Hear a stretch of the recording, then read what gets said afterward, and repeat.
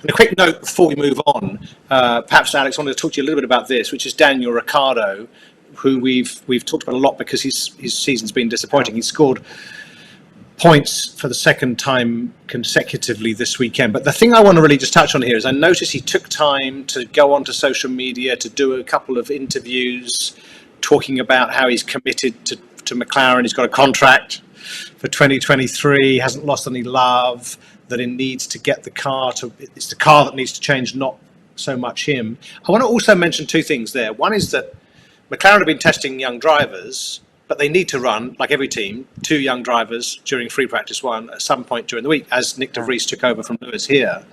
It's worth remembering that, isn't it? And the second thing is, and I'll stop talking for a second, is that Daniel was only 0.15 of a second off Lando Norris in qualifying.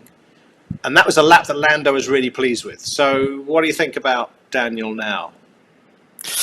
Well, I mean, you can ignore what he's saying, to be honest, because every driver's going to say that, right?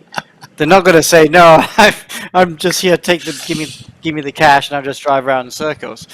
No, I mean, so, yeah, of course he's going to say that. But I do look at the lap time, like you said. He's actually only a little bit off Norris, and that's encouraging. But he needs to start beating Norris, because Norris has had it easy for a while now, and you need something like that. You know, you need to always put your number 1 driver under pressure occasionally. You know, and especially when you're a midfield team trying to get up the front. You know, you don't have that luxury. You can't afford your drivers to be relaxing, and especially when you're a young driver, you're not really sure where the level is. You'll start taking your foot off the gas.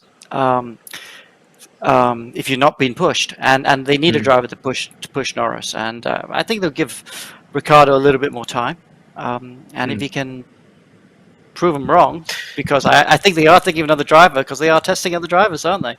Yeah, I'm going to go out on a limb here and say, I'm not going to go out on a limb, I'm going to just make a prediction, which is whoever they put in the car alongside Lando, of all the people who are currently available, he's going to be at least as far off as Daniel is right now, because I'm going to keep saying it. And actually, I've noticed that other people, I noticed Nico Rosberg this weekend saying it, is starting to understand that Lando Norris is absolutely mega, world championship material, and that the problem is not Daniel. The problem is that Daniel's got Lando alongside him.